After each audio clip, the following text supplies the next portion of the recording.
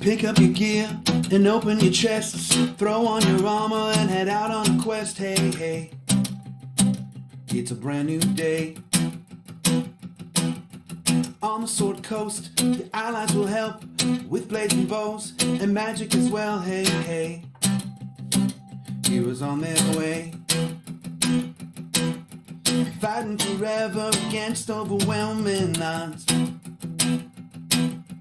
Fighting together in favor of multiple gods.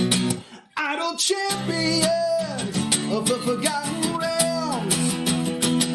Idle champions, adventure never ends. Idle champions, hit you all at man. Idle champions, you will say again. Idle champions.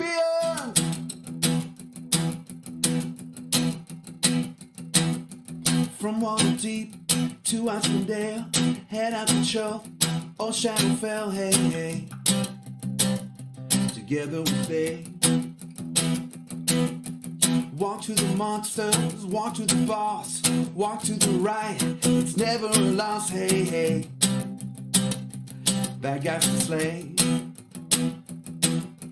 Fighting forever against overwhelming odds. Fighting together in favor of multiple gods. Idle champions of the forgotten realms. Idle champions, adventure never ends.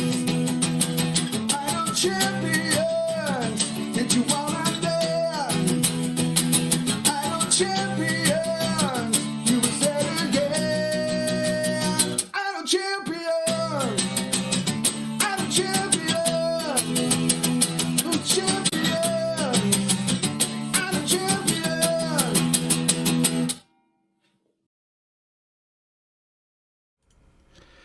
Hello folks, welcome to another edition of Gaarawarr's Guide, the tutorial show. I'm Gaarawarr.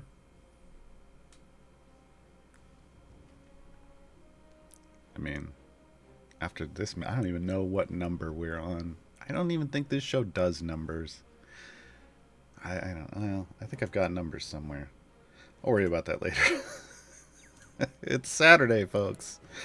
If you're watching this live. Welcome. Today, we're going to chat about Vecna's Champions of Vile Darkness. This is a Steam giveaway pack. This just in, I'm hearing, this is episode, like 97 or 98, I think, is what Mars is telling me. I'll tell you exactly in a moment. Oh, hey! Wait, seriously? Hold on. No. Okay. Whew. Okay. Folks. We're on the cusp. First episode, September 16th, 2020. This is episode 99. Episode 99 of the tutorial show. I've almost done 100 tutorials for Idle Champions. That's kind of a big deal.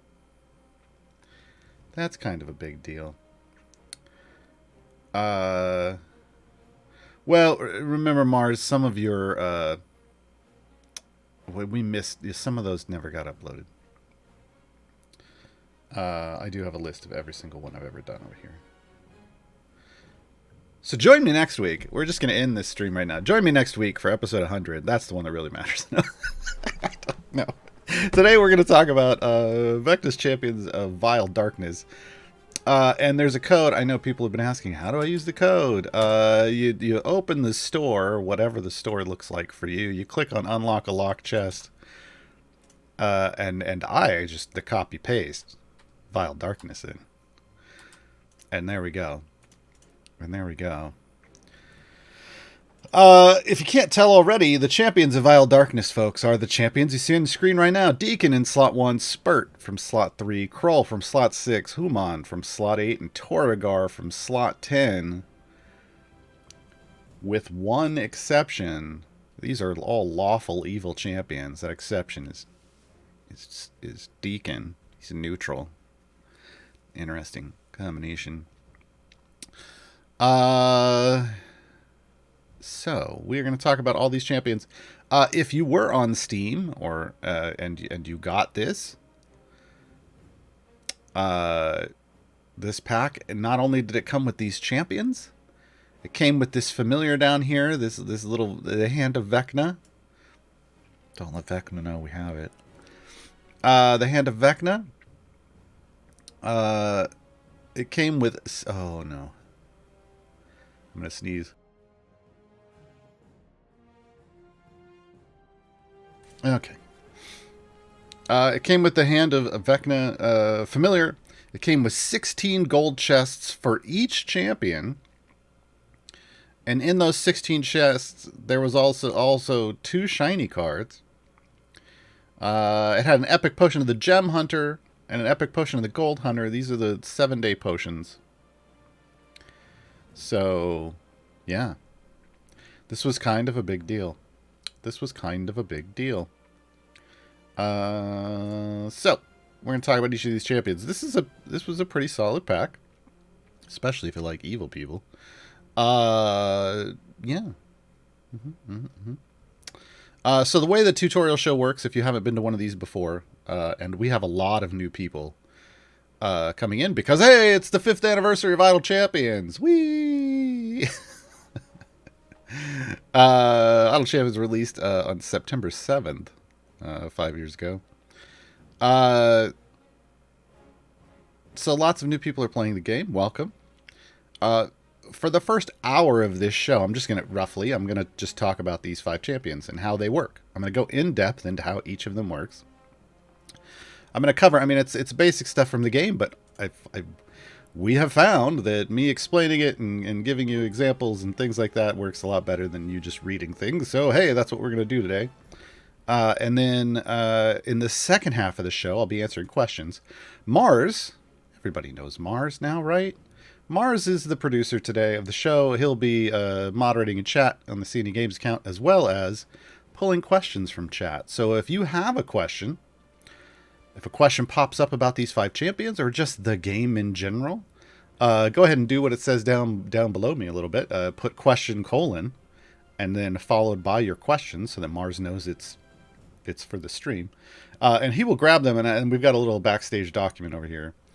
And he will put them in. So when I get to the second half of the show, I can then answer them. I'll do the on-topic stuff in first, and then I'll get into just everything. So, don't hold back. Oh, Lyric Frost throwing shade in chat early. Oof. All right. Let's get into this so I don't have to address that.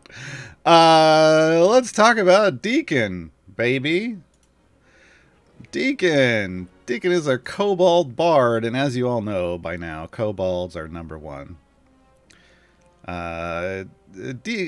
Kobold bard support speed rolls. So this means this champion supports your team and offers some kind of speed effect. Okay. Overwhelm of 5. This is standard for any non-tank. It's usually 5. There is a thing called bruisers that they tried to play around with, so you might see some people who have a number slightly larger than it. It's pretty much 5. Tanks can vary, but usually are around like 20 and up. Basic attack is a ranged attack. We can tell that by this arrowhead right here. That means ranged attack. Building suspense. Deacon takes aim with his crossbow and fires at a random enemy. Yeah, that's nice, Deacon. Support champions damage is and basic attack. There's reasons why you want to know and why it can matter in the future with other champions, but for Deacon, just hang out back there and play some music, Deacon. First ability is kind of what Deacon is a little bit built around. A Story of Doom. Adjacent champions do 5% more damage per Story of Doom stack. Story of Doom gains a stack every 1.5 seconds to a max of 20. So that's 100% more damage at base. Every enemy killed reduces stacks by 20%. So this is one of the better UI indicators in the game for a champion's abilities. This Doom, we have one bright red, we've got a bunch of dark red. Now it's going back and forth. This is the indicator that's tracking stacks. Now, obviously, there aren't 20 here. There's 7. So it's tracking a few stacks at once. It's just a nice overall kind of statement of, hey, you can kind of keep track, and you'll know when the M is red that, hey, you're at max. Confidence in the boss. When Deacon has fewer than 6 stacks of Story of Doom, the speed of enemies spawning is increased by a percentage. This can be adjusted, so it's 100. I believe it starts off at 100%. Hold on, let me remove this ability. We'll just double check. Yeah, 100%. But there's a feat for that. We'll get there. So, confidence in the boss. This is the speed effect. This is why Deacon gets the speed roll. What is the speed of enemies spawning? This can confuse some people, understandably. The developers use some terminology when describing speed effects that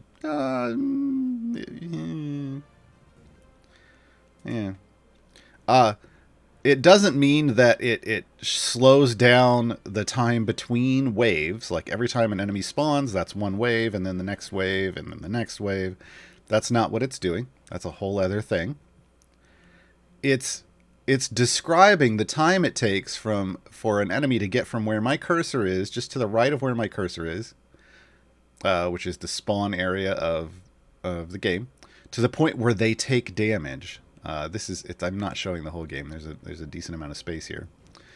So the point where you can see them kind of stop and stutter because the familiars are clicking them, it speeds up the time for them to go from that section to that section. Which may feel like, wait, really? That's all it does? But that's actually a kind of a big deal. Getting enemies to the point where you can kill them as quickly as possible can actually speed up your game a decent amount. Especially if you're killing instantly, which I'm not doing right now. But if I were to go ahead, I'm just going to turn this up to 11. I now have my familiars killing instantly.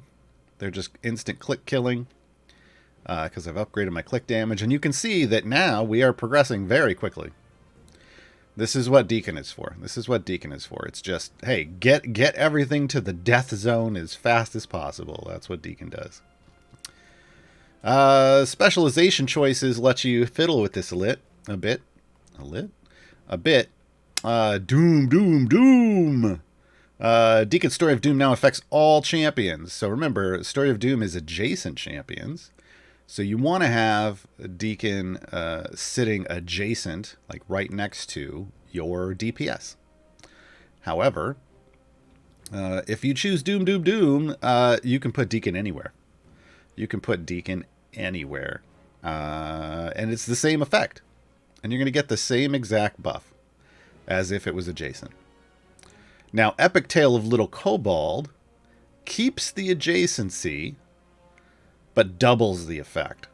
So, ideally, you're going to use Epic Tale of Little Kobold, and you're going to keep Deacon adjacent to your DPS. This is the most damage boosty you're going to get.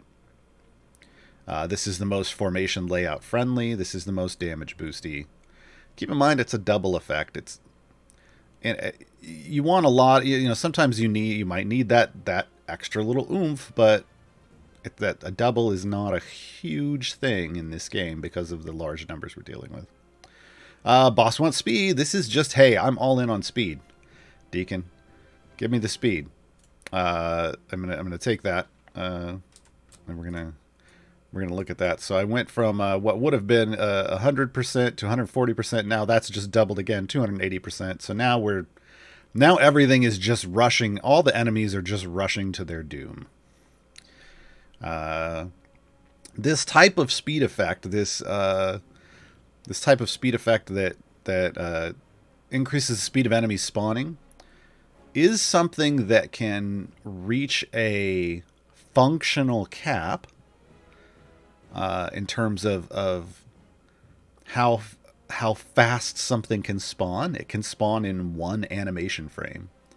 That's how fast it can go from the right side of the screen to the kill zone in one animation frame. It can't go any faster than one animation frame.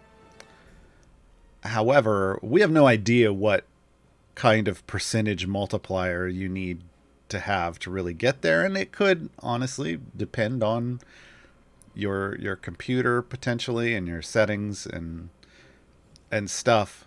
So just know, technically there is functionally there is a cap there, but they haven't necessarily there's really no way for us to know what that is currently.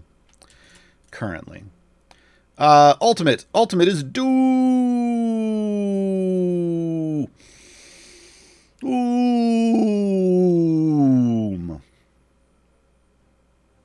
It's a Deacon thing. Deacon shouts Doom as loudly as he can, dealing massive damage and setting Story of Doom to max stacks for 30 seconds. Yeah, let's do that. So he jumps out, he dances around, and then he jumps back, and now you've got 30 seconds of maxed out, all red Doom stacks, and now they have the little red skulls in the middle, and yeah. Now you're not going fast anymore, but you're doing lots of damage. Yeah. So item-wise, the nice thing about Deacon, and why a lot of times I refer to Deacon and his friend Shandy as kind of great starter speed champions. There's no item support for the speed ability, so there's no investment that you have to put in to get the speed out. Deacon just gives you speed. Deacon's just like, here, boss, speed. Which is nice when you're new, because you might not have a lot of gear, right? Gear-wise, we get a pair of damage all champions items. We get the Story of Doom booster. Oh, I did not finish. I'm sorry, I did not finish the abilities. We get a Troubadour Troop. Gaarawarr, what's Troubadour Troop? You didn't even talk about that.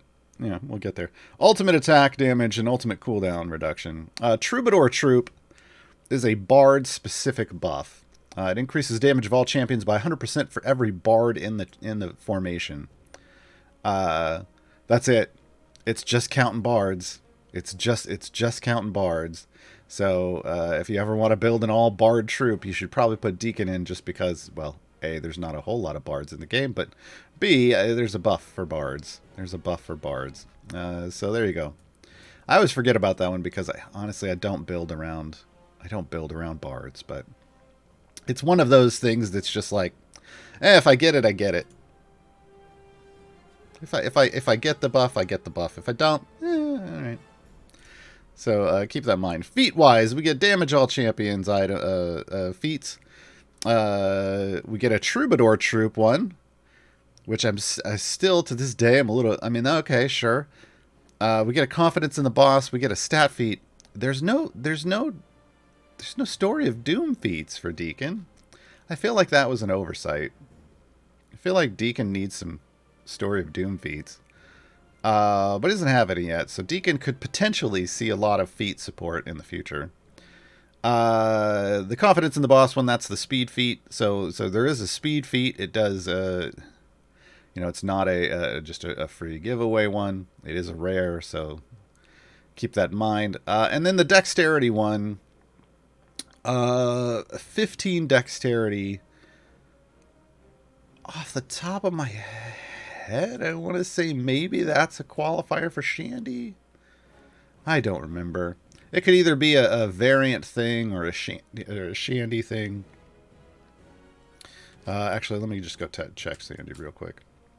I can never remember what Agile Allies wants.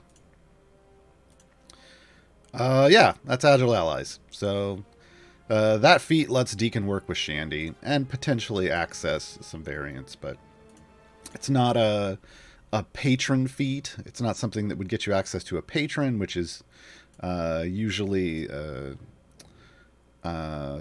more of the kind of a bit more of an important stat feat, right? That's like if you were gonna rate stat feats, like ones that get you access to patrons are the super important ones for the most part. And then everything else comes after. All right. So that's Deacon. That's Deacon. Deacon has a few skins. I'm gonna throw.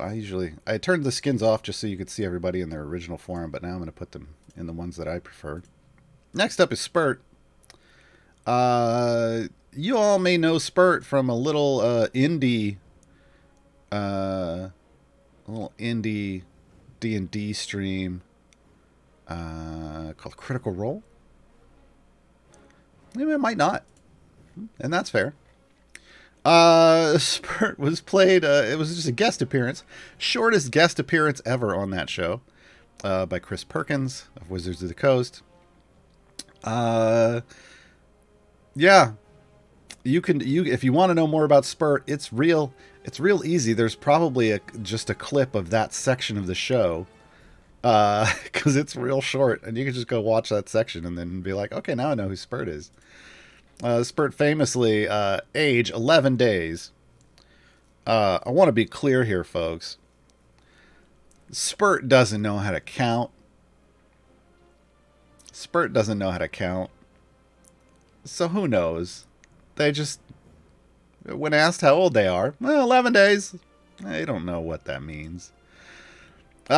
Spurt is a COBOL inventor, which is basically a flavor of rogue for the game. And they're a support champion, so pure support for everybody. Pure support.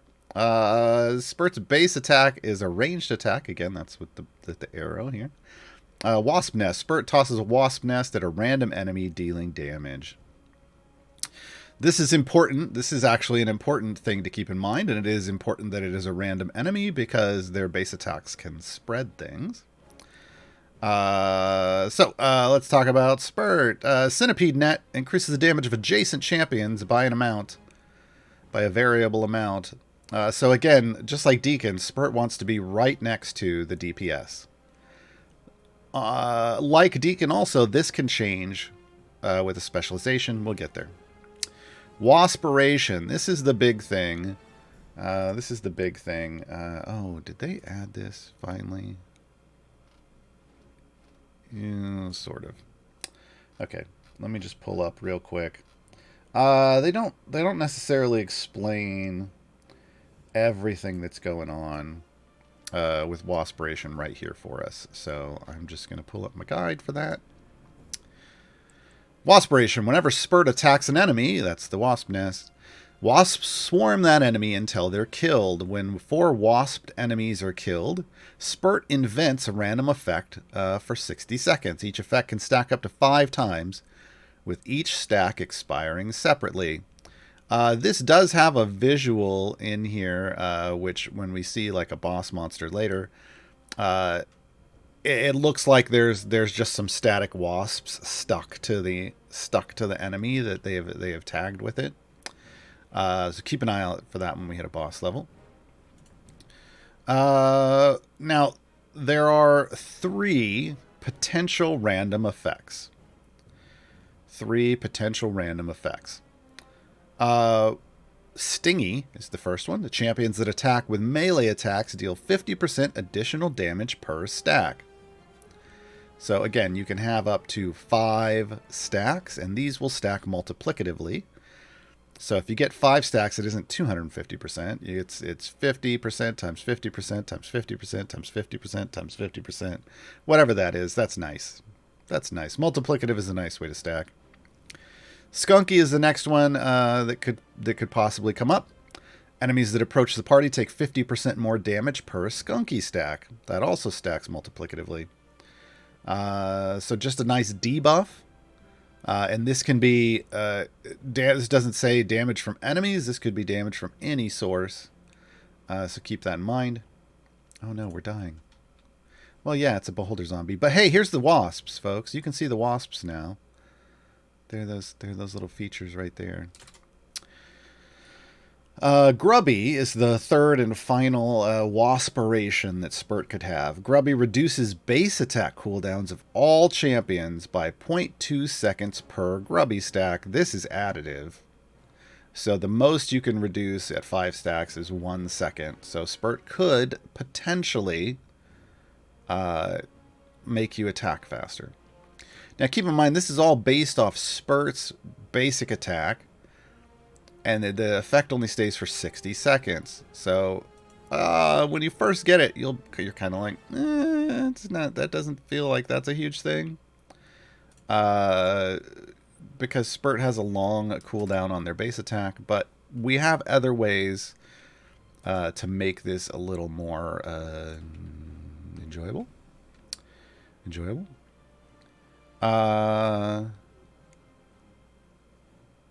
Okay, Mars. That's nice. All right. Thanks for the update. Okay, so that's Wasp Iration, folks. So again, you can't see this here, but they will, when you have created them, they will show up over here. So here's Grubby. We can see we have 2 out of 5 stacks. Here's Skunky, 1 out of 5. We haven't. I'm not seeing the other one, so that one just haven't. Stingy hasn't triggered for some reason.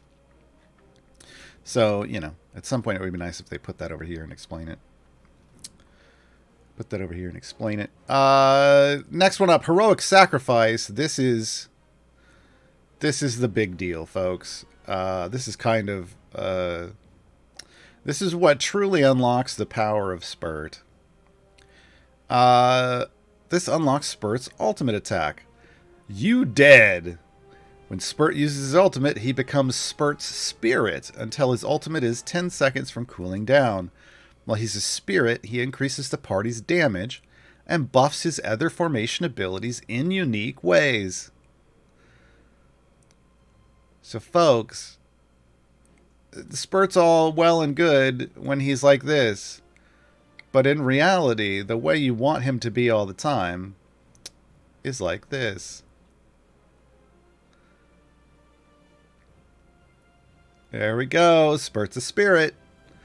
This is how you want your Spurt all the time.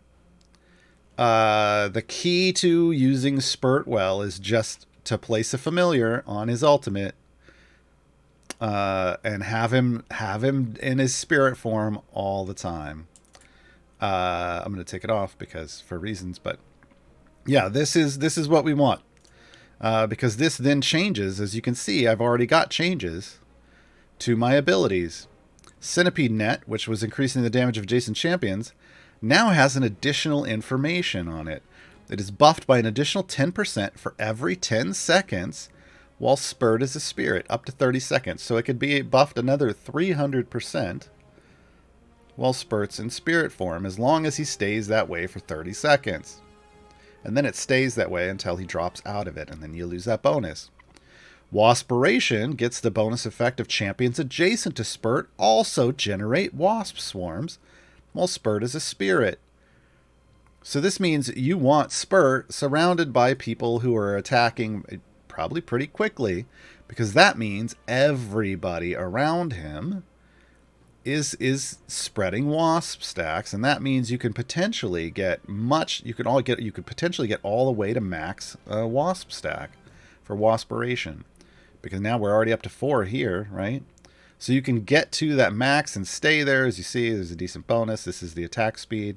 Attack speed just feeds into it and helps you keep spreading them, right? So good times when Spurt's a spirit. If we go down to Pack Tactics, that's the next ability. Increases the damage of all champions by an amount for every kobold in the formation, including Spurt. So even when it's just Spurt, this is a nice bonus. But if you have other kobolds in the formation like Deacon, you're going to get a nice bonus again. This gets buffed by an extra 100% per every other kobold in the formation, while Spurt is a spirit. This would have started off at 100%, and now it's 200%. Yep. There you go. Now, Specialization Paths. we can go Centipult or Cobalt Family. Cobalt Family will buff the effect of Pack Tactics by 100%. This is the damage option. Centipult makes Centipede Net now also apply to champions 2 slots away from Spurt. So this is the formation layout friendly specialization. So if you can't get Spurt adjacent to your DPS, you can place them 2 adjacencies away, 2 slots away. But if you just want damage, it's all about that Kobold family. It's all about that Kobold family.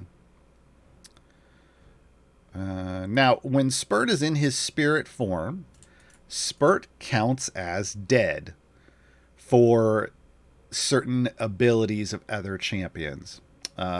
Strix has an effect that's based off dead champions. Every time a champion dies, she gets a stack of Haunted. So Spurt cycling his ultimate can actually help you stack Strix. Desmond also has Lament the Lost, which buffs based off dead champions and escort, NPC escorts or that kind of stuff. Spurt works for Desmond too. So keep in mind, Spurt does count when they are in spirit form. They do count as dead. They do count as dead. I dropped back out of that so you can see those bonuses went away. Yeah, that's everything. Okay. Item-wise, damage all champions, a pair of them. We get Centipede Net boost. We get a Pack Tactics boost. And then we get ultimate attack damage and ultimate cooldown. But, remember, Spurt wants to stay dead as long as possible for heroic sacrifice. So Spurt slot 6 is not ultimate cooldown reduction. Spurt slot 6 increases the cooldown on his ultimate. So the higher you get, the higher you get this, the longer he stays in spirit form. So mine is increased at this level, is now increased by 166 seconds. So he stays in his spirit form now for 333.15 seconds, because remember, he drops out 10 seconds before he's back. So Spurt is unique in that regard. Spurt's slot 6, to my knowledge, doesn't cap, because his is an increase, not a decrease. Feats. We get damage all champions. We get Centipede Net boosts. We get a Pack Tactics boost. Yeah. And then we have 2 stat feats. So one is Constitution. This will bring the Constitution to 13. That's not enough. We need the 14. Then the other, well, they're both Constitution. Vajra has con score of 14 or higher. And so if you get Tenacious, which is con by 2, that can put Spurt at 14. So this one, the Tenacious one, is the good con feat to have, because then you can use Spurt with Vajra patron stuff. This one is just kind of, I don't know. Could be there for an ability, like a champion ability. Could be there for variance, but I don't know. So Tenacious is the Constitution feat that you want.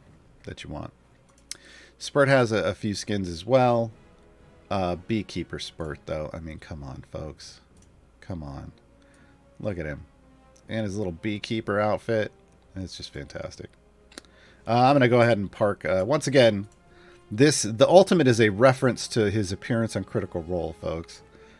And I think they did it really well. It's just hilarious. Here we go. You dead! Splat. Splat. And the beekeeper one, look, he's got this stuff around his head.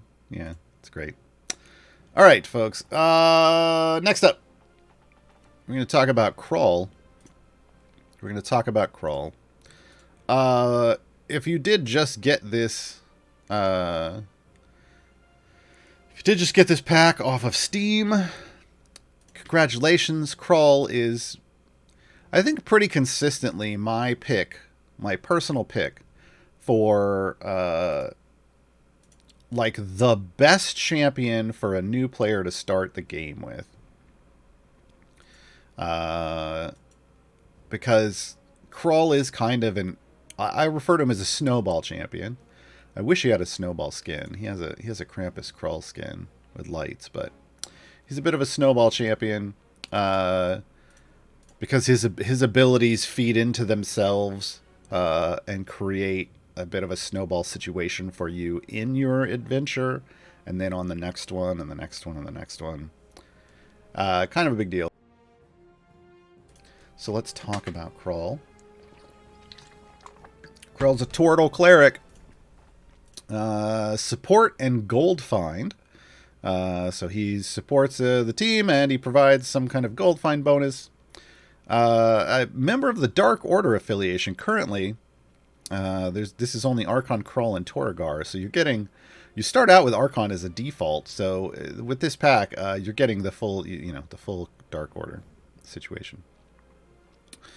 Okay. Base attack for Crawl is important. Crawl attacks a random enemy with his maul. This is necrotic base attack. That's the initial base attack. Now, once you unlock Draconic Plague, then it also adds a plague, if possible, or adds 2 stacks to each of their plagues. So what does that mean? That means if they're not plagued, excuse me. So if they've just walked out on the screen, they don't have any plague vials on them, Crawl will add a plague if he attacks them. If they have plagues, he could add 2 stacks to their plague. So let's talk about plagues. Draconic Plague. Every 5 seconds, Crawl applies a Draconic Plague to the next enemy to spawn. So as we're watching enemies spawn out here, you'll see just occasionally one of them will spawn with this little glass vial. That one did it. It's hard to see. Let me turn this over to green flame. No, that's going to be hard to see too. Default. There'll be this Y shape of vials. The top left's going to be a purple vial. The top right's going to be a red vial, and the bottom is going to be a green vial. And each of these represents a different type of plague. You can just get a free plague every 5 seconds as an enemy spawns. We also, as we saw, Necrotic Touch is going to apply a plague or increase a plague. So Crawl attacking quickly can help spread plagues and ramp up plagues quickly. But in general, Crawl wants a lot of time to do his work. So the biggest thing to have with Crawl is a tank or tank line that is very survivable to give him time. So the plagues gain a stack every 3 seconds, increasing their power and capping at 10 stacks. This is the natural cap, 10 stacks. Plagues can also be applied by Crawl's Blaze Attack. So what you want is to give Crawl time for these plagues to ramp up. If he's not attacking something, it's going to take, 27 seconds? So just think it's going to take 30 seconds of time for each enemy from the time they spawn, potentially 30 seconds to max out whatever plague they have. But technically they could have 3 plagues, so you might be here a while. Here's the 3 plagues, folks. The green vial is Pilfer. Infected enemies drop more gold per stack. My numbers are going to be different than your numbers. Let's just get that out of the way up front. Infected enemies drop more gold per stack. Pain is the red vial. Infected enemies take more damage per stack. And Traitor. When an infected enemy is damaged, nearby enemies also receive a percentage of that damage per stack. So the more stacks, the better, because you're either going to get more gold off of them, you're going to get more, you're going to do more damage to them, or they are going to pulse an AoE of damage out to everyone around them. And because that damage at 10 full stacks is a lot, based off what's going on here. And you can affect that with specializations. It could potentially create major AoEs. So, Just know the 10 stacks, the base 10 stacks stack additively. These stack additively. So with my example, again, my numbers are affected by items over here and potentially by feats. Oh God, I have the wrong feats in. Nobody look. Nobody look. It was totally these feats. Nobody look. Okay.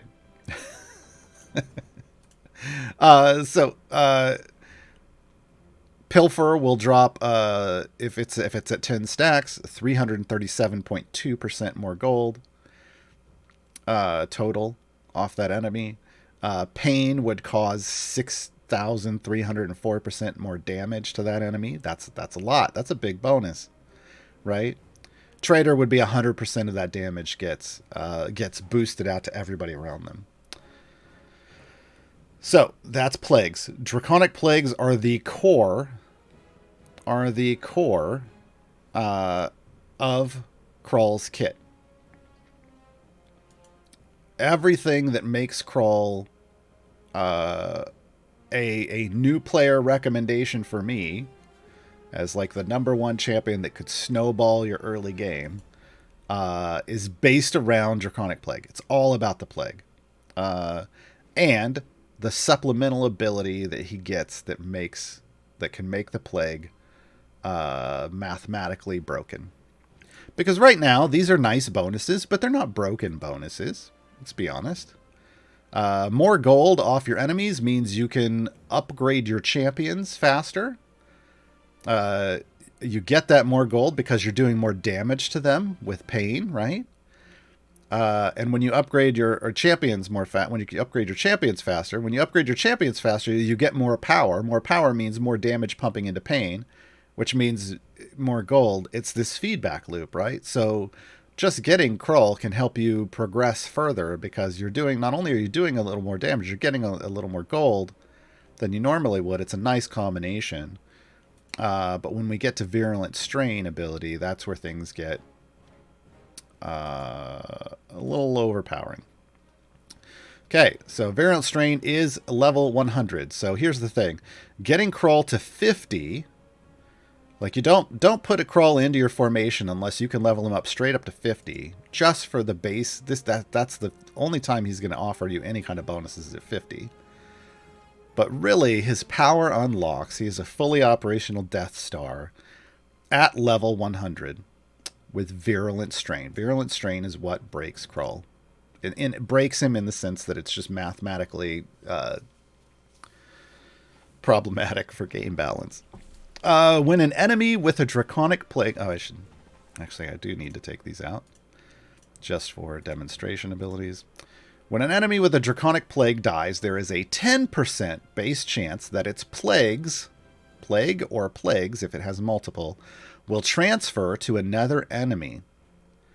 It's possible for an enemy to gain multiple copies of the same plague when this occurs, which will then stack multiplicatively.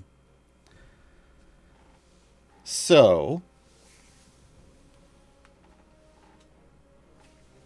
when you first get Krull, the Virulent Strain is a 10% chance. That's a very small chance, but what it means is, 1 out of 10 times you kill something that has a plague on it, that plague could go to another enemy. If that enemy already had, say, Pilfer. Let's do Traitor. The numbers are easier. If it already had a Traitor Plague and it gets a second Traitor Plague, the stacks still cap at 10 per instance of the plague, but because they have 2, you'll see the vial now count up. Instead of counting up 1, 2, 3, 4, up to 10, it will then go to 20. And that's not additive. It's not 10% times 20 is 200% of Traitor. It's 10% times 10, so 100% of the damage, times another 100% of the damage. So with 2 instances of Traitor on an enemy, you kill one enemy and then Traitor transfers over. You now have 2 instances of Traitor. You now have 10,000. Yes, 10,000% damage. I'm like, is that 100, that's 4 zeros. That's 10,000%. This is why I hate doing math on stream. 10,000% damage that's going to pulse out when you hit that thing when it has full stacks. That's a big bonus. Now, the number of times that trigger can happen, max number of times is 4. So the max number of overall stacks you can have on any given plague is actually 40. So you'll hear the term 40 stack thrown around a lot with Krull, because a 40 stack Krull plague is one of the most devastating things in the game. Either to an enemy or most beneficial if it's Pilfer. Because that each of those stacks is going to multiply against itself. So you go from 100% to 10,000% to 1,000,000% to 100,000,000%. I think that's the curve. You get the idea. If I'm off by a 0, somebody in chat will yell at me. But you understand the point I'm making here. Is there's a big difference between 100% and, 1,000,000%. Right? Like this is why we talk about mathematically broken. Now the limiter here is this 10% chance. Well, there's feats for that. You get one right away, Venomous Touch. The second you get Krull, slot this feat. The Virulent Strain feats are the most overpowering feats in the game for Krull. Krull has a lot of feats, folks. Look at all these feats. We're going to talk about them all. But Krull has a lot of feats, but really the only 2 you need, truly, Venomous Touch, which you get as default. It's green. That means you get it as a default. And Increased Toxicity, which you get out of regular gold chests. If I apply both of these, my Virulent Strain percentage becomes roughly 1 in 3, 30%. That's a big deal. It may not seem like a big jump, but trust me, this is a big deal. Because at base, with 10% chance, you're almost never going to see a plague number over 20. 20 is going to be hard to get to, and you'll probably not see a lot past that. Once you slot in and you get the bonus to 15%, that's the 50% bonus, that's the free one. You'll see 20 a little more. Again, it's still going to be rare, but you might see it. And occasionally you might see a 30. But you're not going to be able to reliably produce 40 stacks until you have both of them and get to this 30% feat. So just understand that when we talk about wanting 40 stacks, that we're talking about a fully powered Krull with both Venomous Strain feats. Or both Virulent Strain feats. Okay, so we've talked about Virulent Strain. Virulent Strain is OP. Virulent Strain is OP. What does this mean if we do regular numbers? I am actually going to pull up a calculator here because I want to give you an example, a real-world example. My Pilfer number is really high. There's an item for Pilfer, and I have it a Golden Epic, and it's got a lot of item levels on it. But we're still going to run this number. So 33.7 or 337 is what the max stack. 337% is the max stack. That's for 10 stacks. If I get 20 stacks, suddenly I am getting 113,000, a little over 113,000% more gold.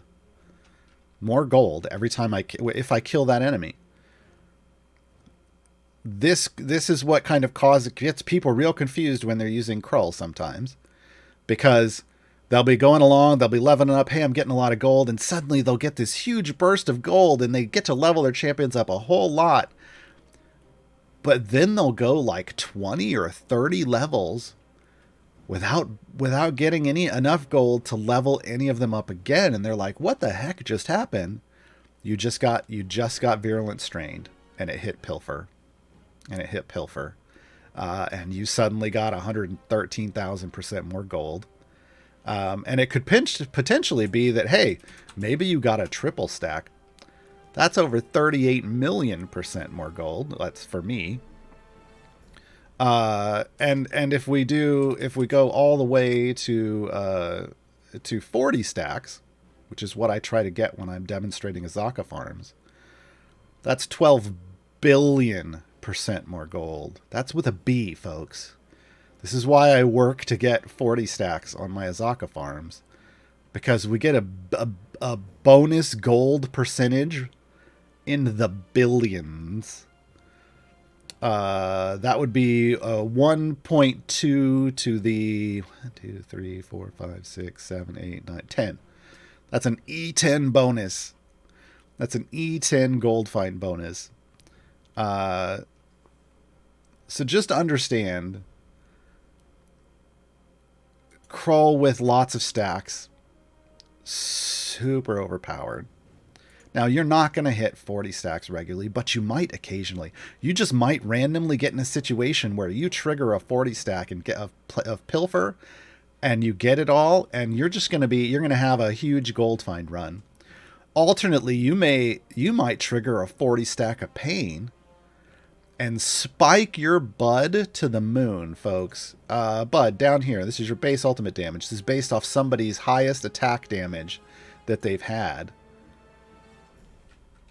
Right? Well, if you're getting like, I'm at 6,000%, but let's just say you were at 1,000% bonus, and somehow you suddenly triggered, let's say you were at 1,000, you were, 100, it's at 100% here, per stack, so 1,000 for 10 stacks, and you ended up getting a 40 stack of pain. Folks, that's not 1 billion% more damage. That's 1 trillion% more damage. This is why sometimes people will end their runs and they'll look at that closing screen and they'll look at top DPS and they'll be like, how did I do that? And it's a support champion. Krull did it. Krull did it. This is important to keep in mind. So you do not want to put Krull in any of these patron challenge runs where they're like, hey, we want a specific champion as top DPS, like right here, Resetting Vajra variant Arcan is your highest DPS. You don't want Krull in any of these types of runs because you don't know who's going to end up as your top DPS at the end. You could get a random pain stack and suddenly Deacon is top DPS. So keep that in mind, folks. Krull causes irregularities in gameplay. For the most part, they are to your benefit. But something like a patron challenge, it's a problem. It's a problem. Speaking of problems, I know we're talking a lot about Krull, but Krull's kind of a big deal. There are times where Krull leaves what we call leftovers behind. You will get to a boss level. Like this boss level, these enemies will spawn out, but you won't be able to kill them. You get all of them out on the screen, and then you do some kind of big punch of damage, and suddenly you're left with one little scrub enemy, and everything else is dead. And then you can't kill that enemy. And you're like, what happened? Is this enemy invincible? How did I get an invincible enemy? You didn't. You got Krulled. You got Krulled. Specifically, Krull's Traitor procced. Krull's Traitor procced. That enemy that got left behind was a traitor to its friends because it got a high stack of Traitor. You hit it. Its damage pulsed outward and killed everybody else on the screen and left it behind because you needed that bonus damage to actually wipe them all out. That makes sense, right? Because you get bonus damage from Traitor. So if you run into a situation like that, the quickest and easiest way to clean that up, the one that I do that doesn't require any other champions, is just to back up a level and then turn progress back on, and then see if RN Jesus blesses you and just kills everything on the next explosion. More often than not, it does. There is another solution, though. If we come over here to slot 7, Jim Dark Magic from Acquisitions Incorporated. His basic attack, when you get Wand of Wonder, will turn something into a chicken, an abyssal chicken, and it dies real quick. That's another option if you have a single unkillable regular enemy. It doesn't work on bosses. If you get stuck with just the boss, you have to do the turn it off and on again, where you back up, go back until it blows up. And there's other ways, like you can pull your DPS out. This is what I use for Azaka farming. I'll pull my DPS out of the formation and let the boss and all the enemies sit on my tank, attacking my tank until it's almost dead, so that the plagues can build up to max across all of them. Then I'll put my DPS in and just burst them. This is how sometimes I can trigger, if I get that leftover, that's how I can trigger 40 stacks of pilfer, right? But it can also be a way to help you explode everything on the screen. Okay. Hope you're understanding why I like Krull, folks. So, specializations. We can double pilfer, we can double pain, or we can double traitor. If you're a brand new player, you just want pilfer all the time. You just want pilfer all the time. Because of those potential multiplicative bonuses. Doubling the base number, and then those numbers multiplying against each other, way bigger deal. Way bigger deal than for gold, because you'll just be able to get so much gold and upgrade so much faster. It's better than the other options. Once you get to the point where you have enough favor, where it's very easy for you to hit what's called the soft cap, so the place where champions run out of upgrades, you could switch, unless you're doing an Azaka farm, you can switch off pilfer and pick pain or traitor. Traitor's going to potentially leave you with leftovers more often. Just a heads up. Pain's going to just let you do straight up more damage. That tends to be what I choose. There are cases where I'll use traitor for fun, for funsies. If you have a segmented health boss, so like this beholder that keeps killing us, and it's sitting, like maybe it's sitting somewhere and enemies are streaming by it, traitor, like when you hit something, the traitor, all the separate traitor pox can count as unique instances of damage for the segmented health enemy, and just delete it. So there's uses for the traitor spec. But generally, like if you're newer, pilfer is going to snowball you huge. Because remember, the gold you earn on one run becomes favor, which then becomes gold find for the next run. Huge snowball.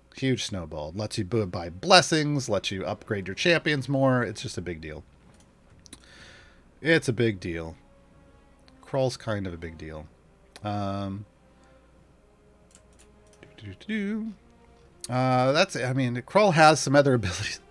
I'm going to say that's it. I was like going to say that's it. Krull's got 3 more abilities. But really, folks, we're done with Krull. I feel bad to say that, but the rest of Krull's kit functionally doesn't really matter compared to Virulent Strain breaking the plagues. Archon's Army. Krull increases the damage of all evil champions in the formation by an amount, reduced by a smaller amount for each good champion in the formation. So if you are in a pure Krull wants to be in a pure evil formation with an evil DPS, is what this is saying. I mean, he doesn't want, he's happy to be there, and he'll give another buff.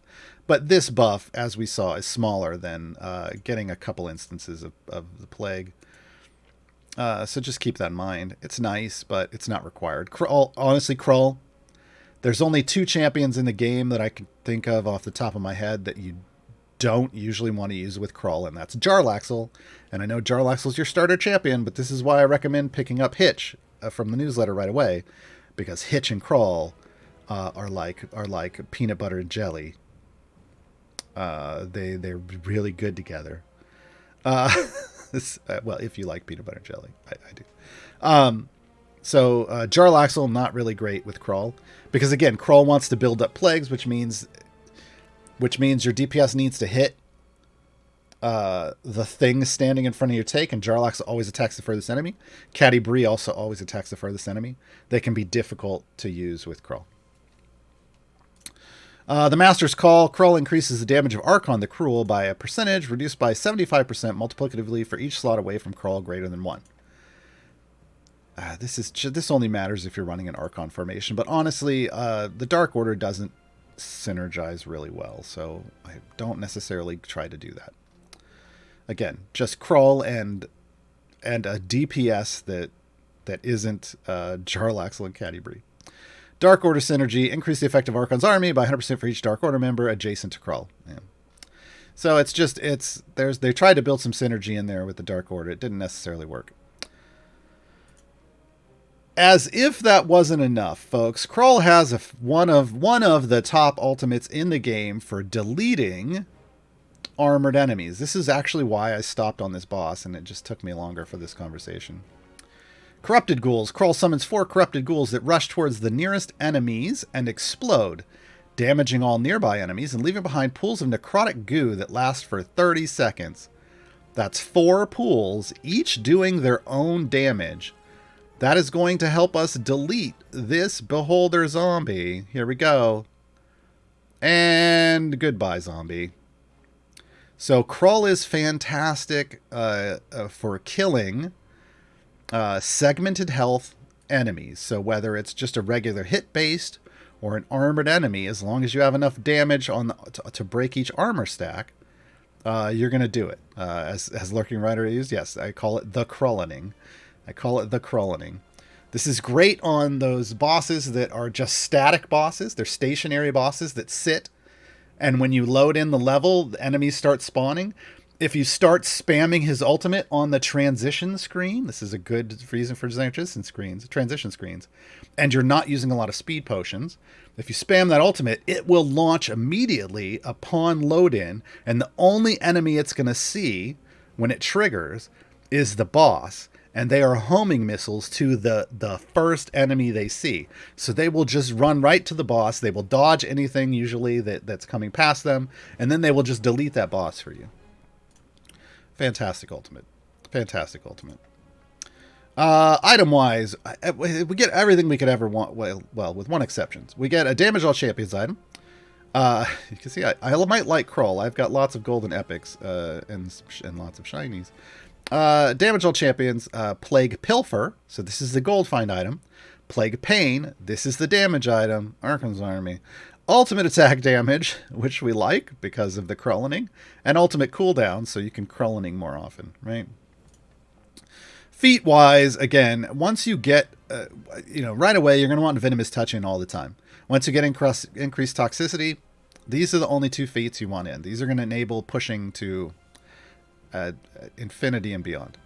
Well, not really, but they're gonna do a lot for you. However, Krull is incredibly supported by feats. He has a lot of Damage All Champions. He does have a straight gold find.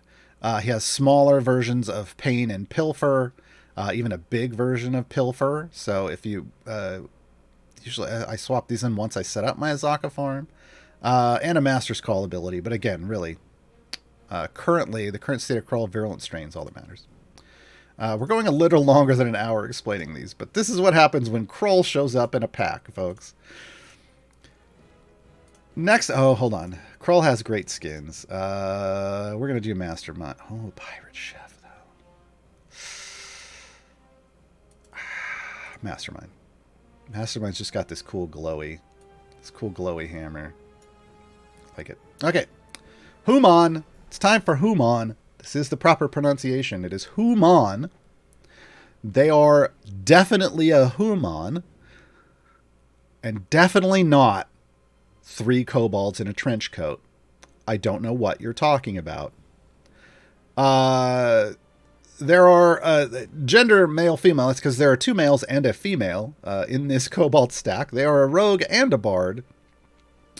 They're a support champion and a speed champion. And they are one of the top 2 speed champions in the game, folks. However, not new player friendly, as they have a speed item that needs a heavy investment to truly see a lot of effect. So this is why I don't recommend them over Krull as your first big pickup. Krull is going to be better. but for your first for a first pickup of speed, it's going to take a little while and more investment, but Human will pay off.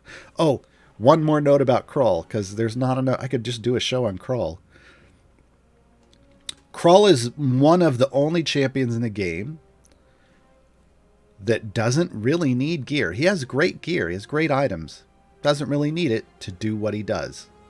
Because as we talked about, math does the boosting for you. Getting good gear is great. It's gonna give you even more of a bonus and let you get that first kill easier. But Crawl, just with no gear at all, right away when you get him, is going to be a huge addition to your team. This is why I consider him the number one pick for a new player. Okay, let's talk about Human, baby. Base attack, crossbow bolt. The middle kobold shoots a random enemy with a small crossbow. There are some things to keep in mind with Human. Hi, Vecna. These are your champions of Vile Darkness. Why are you attacking them? The Krellining. Just goodbye, Vecna. The order of the stack, where each kobold is placed, is based on where they are in the formation. So we see, I'm just going to say purple, red, and yellow, right? Purple, red, yellow. Red, yellow, purple. Yellow, purple, red. Right? So they change their position based off where they are in a formation. Because what's getting read is, are they in the front column or columns? Are they in the middle column or columns? Or are they in the back column or columns? This is a 5-column formation. So we're talking about the lines of formation slots, front to back.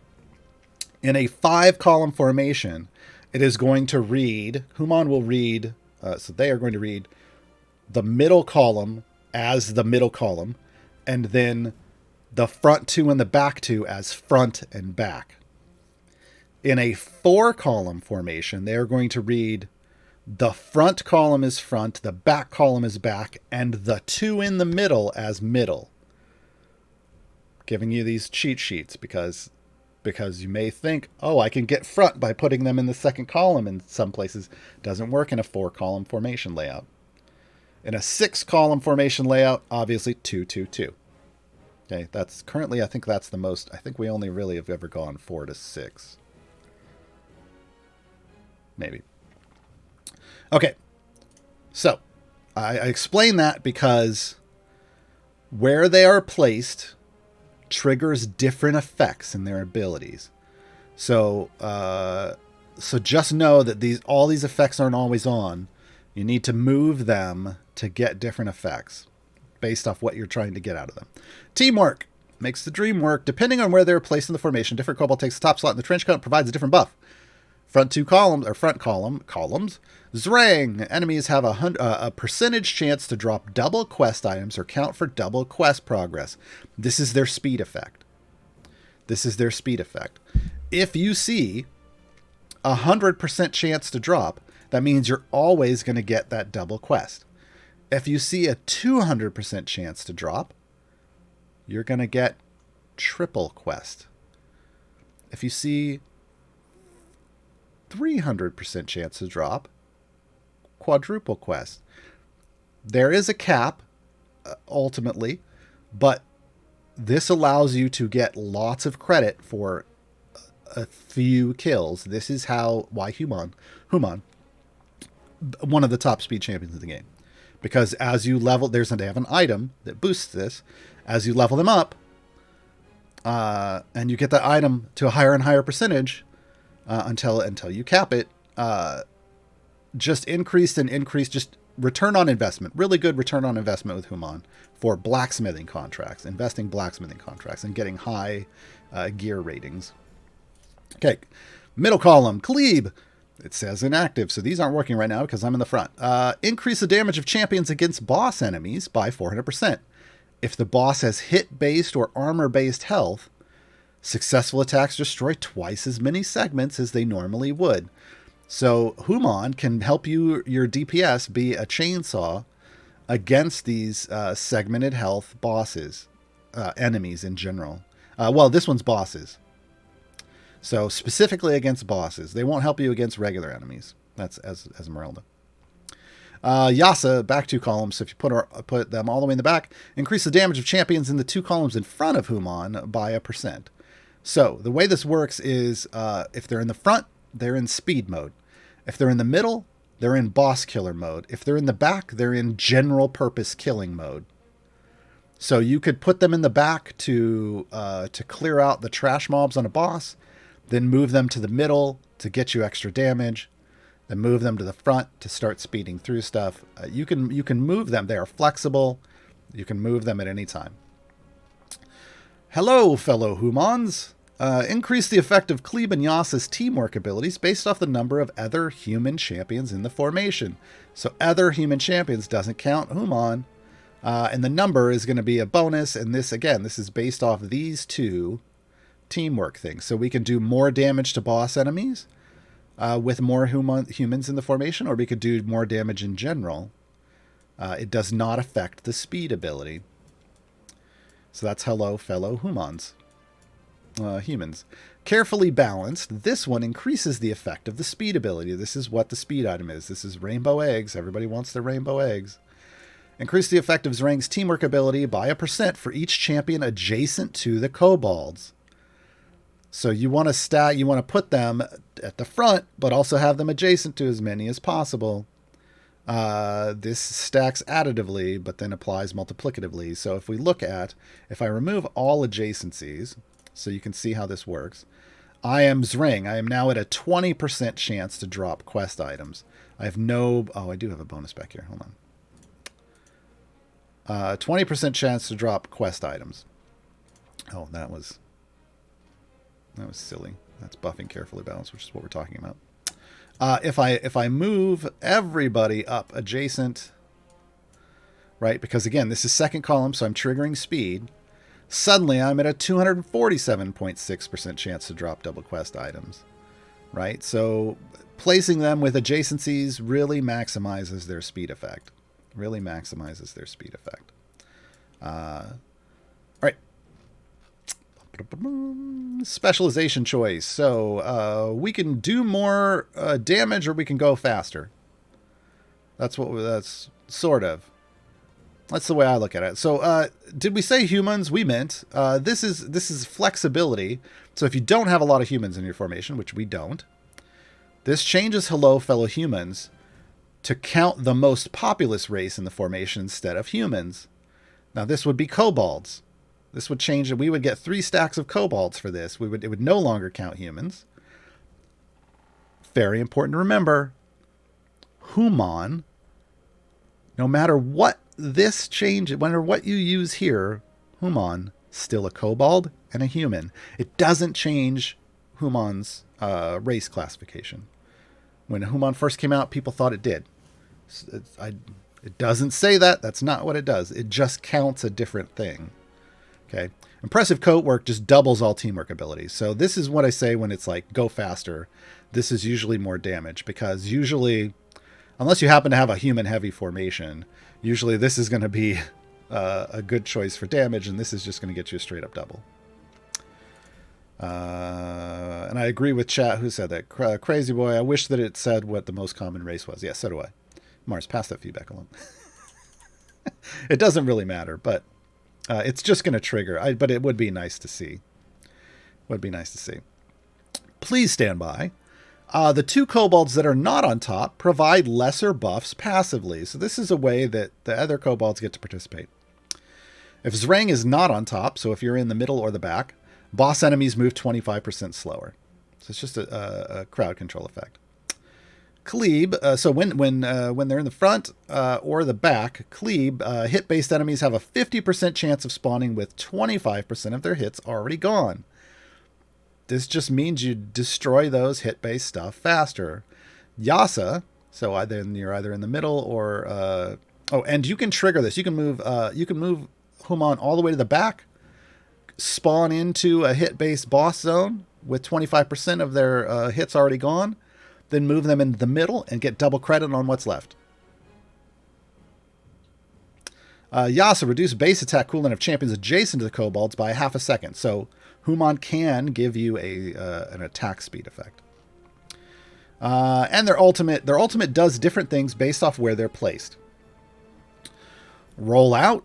The kobolds pepper a random enemy with bolts, and Zrang's teamwork is doubled for 30 seconds. So this doubles the speed effect for 30 seconds if you're in the speed effect position in the formation.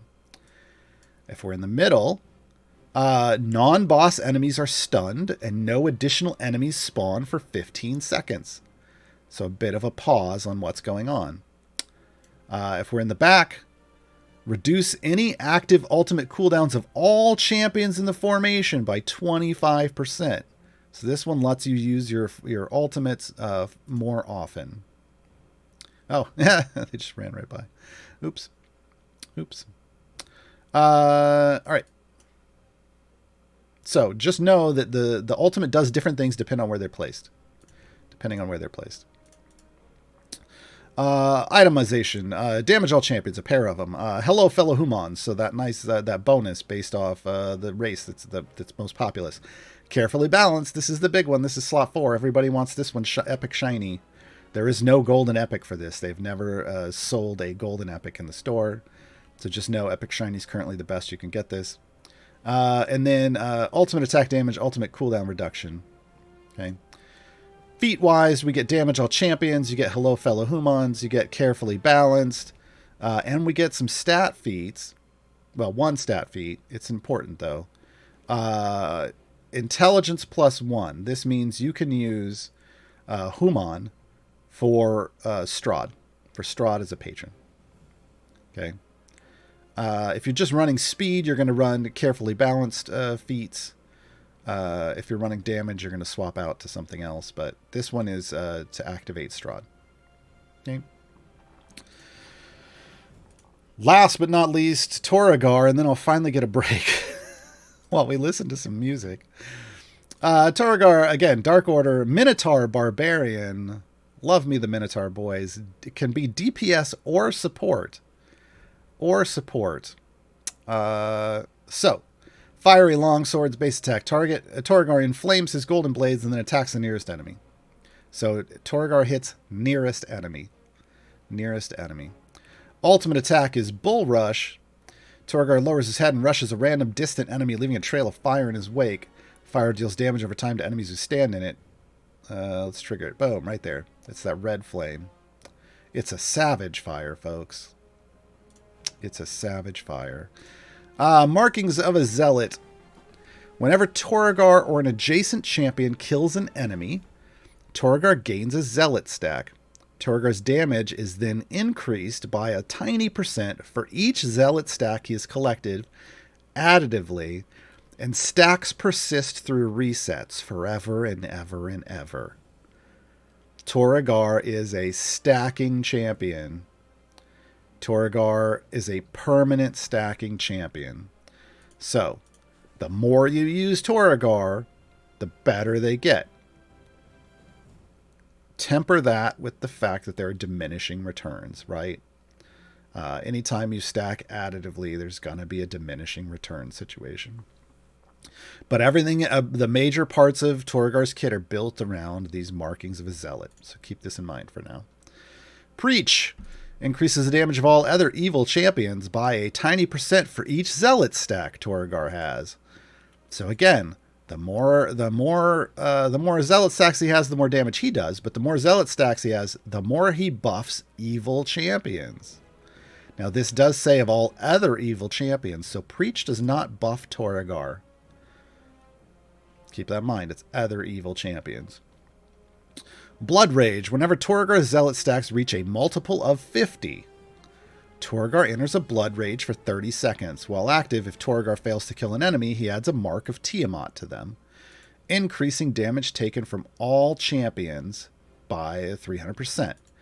At several Zealot stack levels, Blood Rage adds additional benefits. We're gonna talk about that over here. So, Torigar has certain goals that he wants you to reach to fully unlock his potential.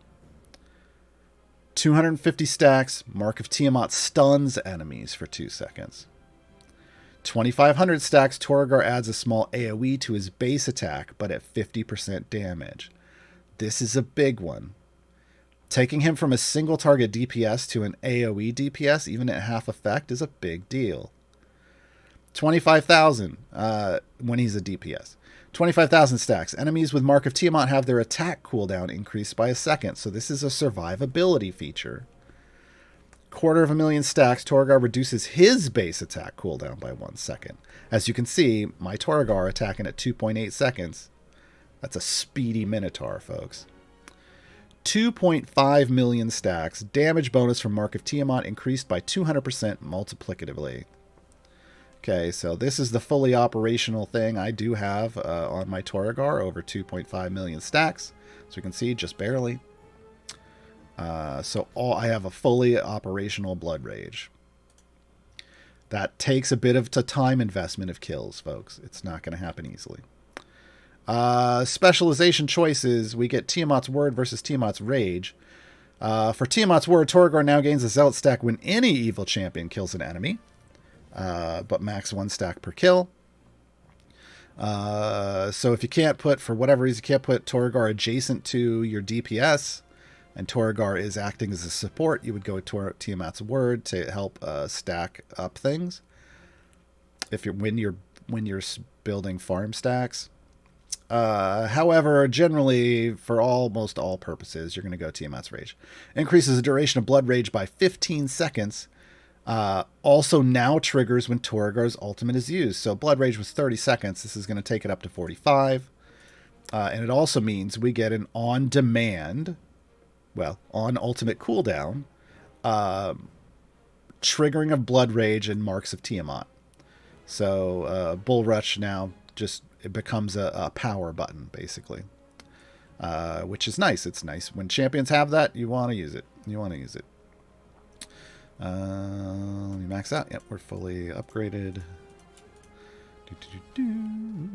Tiamat's Rage is the specialization choice. Dark Order synergy increases the effect of Preach by 100% for each Dark Order member adjacent to Torigar. Again, they tried to build some synergy. It didn't necessarily work. Item-wise, we get it because they're a DPS support. We get a damage all champions and a self-damage, so a little weaker supporting terms of items. Markings of a Zealot. This is that stacking bonus. This is Preach, so this is the support buff. This is Dark Order synergy, which sure. And then ultimate cooldown because sure. Damage all champions, self damage, and then Dark Order synergy. If you're going support, you're doing damage all champions. If you're going DPS, you're doing this because Dark Order synergy just probably doesn't, unless you're actually using them at the Dark Order. It's not necessarily going to be a big deal.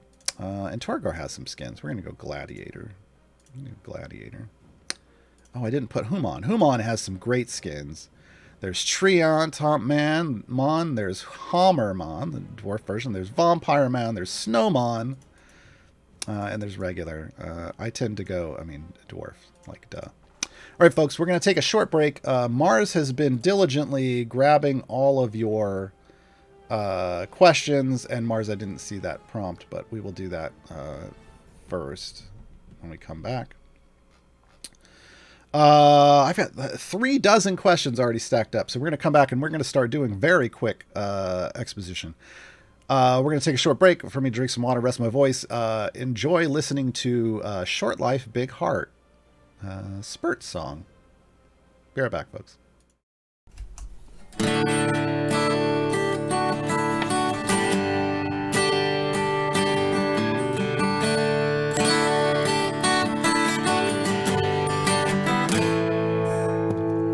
I just turned 11 days old. That's an ancient dragon to a kobold. Got my brother by my side. He was eaten by slime. And everywhere I go, it's just along for the ride. Walking through the dark. A hammer hit me very hard. Short life, big heart. We never made it very far. Brothers walking hand in slime on that final march. Short life, big heart.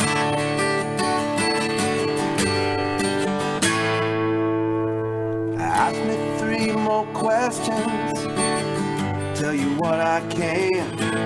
Lived a long life for a kobold, not too long for man.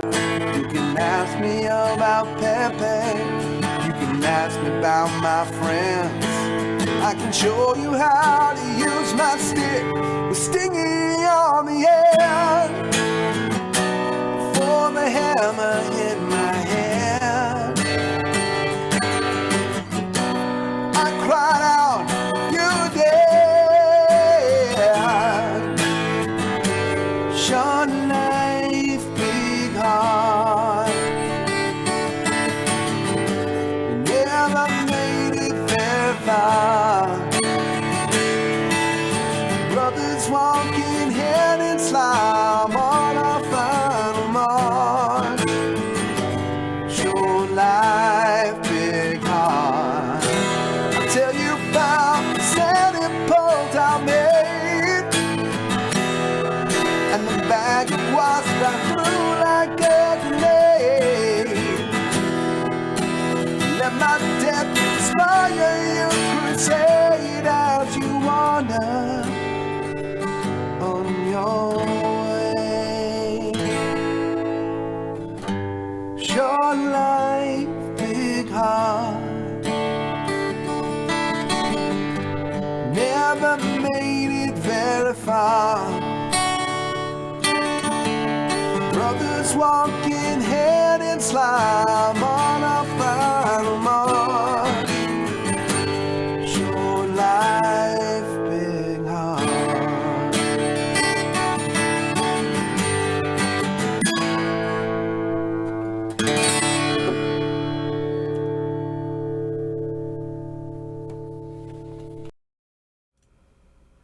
I love that song. And for me, the acoustic version is like, it's just got a lot more heart. All right, folks. Mars asked me to do something, and I didn't see it because I was talking a lot. I guess we got a lot of questions, so I'm going to skip ahead. We got a lot of questions about unlocking Hitch. How do you unlock Hitch? Because Hitch is a great early game combo for Torigar. You unlock Hitch by opening up the menu and clicking on this newsletter button and putting your email address in. That's it. Use your actual email address. You get added to the newsletter, which is the thing you want. The first thing they'll get you is an unlock code on some platforms for Spurt. On others, it's just going to automatically unlock him. Or for Hitch, excuse me, for Hitch. Hitch is a swap for Delana in slot 8. And is a support swap, which is super important early on. But even though they're a support champion, we call them a super secret DPS. They have good DPS scaling, and they self-buff. So pick up Hitch early. And then the newsletters get sent out on Fridays. They send out a code, so every week you get a free chest that's one of these. That's one of these weekend, or this. It's whatever the weekend buff chest is. If they send you one of these. So this weekend it's the gold corrupted chest. That's every week, folks. Every week, free stuff. And that's really it. That's the only time they send the newsletters out, is once a week. If you've tried to sign up and it didn't get anything, send in a support ticket. Send in a support ticket, absolutely. Because yeah, it should work.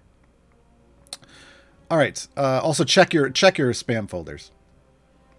Yeah. All right, folks. I'm gonna go in. I'm gonna hit the stuff that was as on topic as possible, and then I'll clean up the rest. Twitch 5 Cats. I know it says T5 Cats, but they've told me that's Twitch 5 Cats. Can you explain how to get Crawl 40 for us cat brain people? It's... Whew. So the best thing I can tell you is have a very survivable tank or tanks at the front of your formation. Have your full formation powered up with Krull. Enter a boss level, but pull your DPS out of the formation. This will allow you to Krull to have plenty of time to stack up plagues across everyone. All three of them. The main thing you want to see is for Azaka farming. The main thing you want to see. This is what we're really talking about.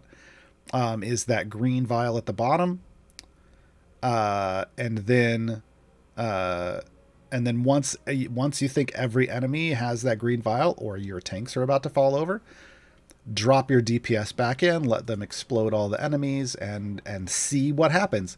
It's basically a roll of the dice. Did Virulent Strain proc for me? But this is a good chance to get you 20, 30, or if you have both of the Virulent Strain feats, 40 stacks.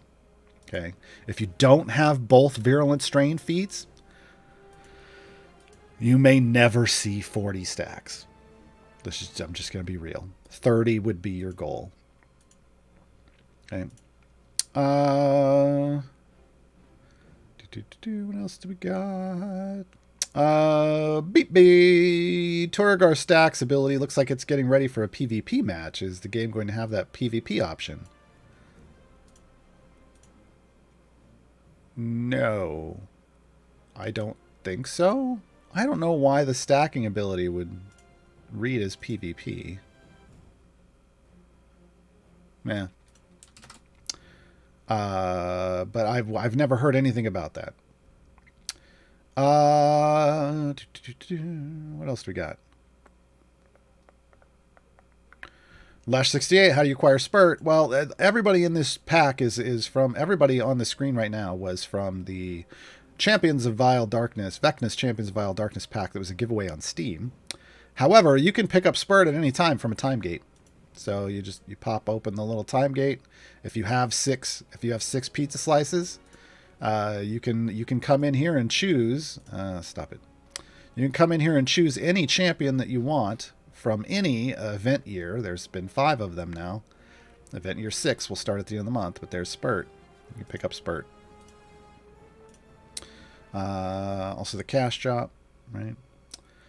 Crazy Boy, don't you think Human is better than Krull? Not for a brand new player.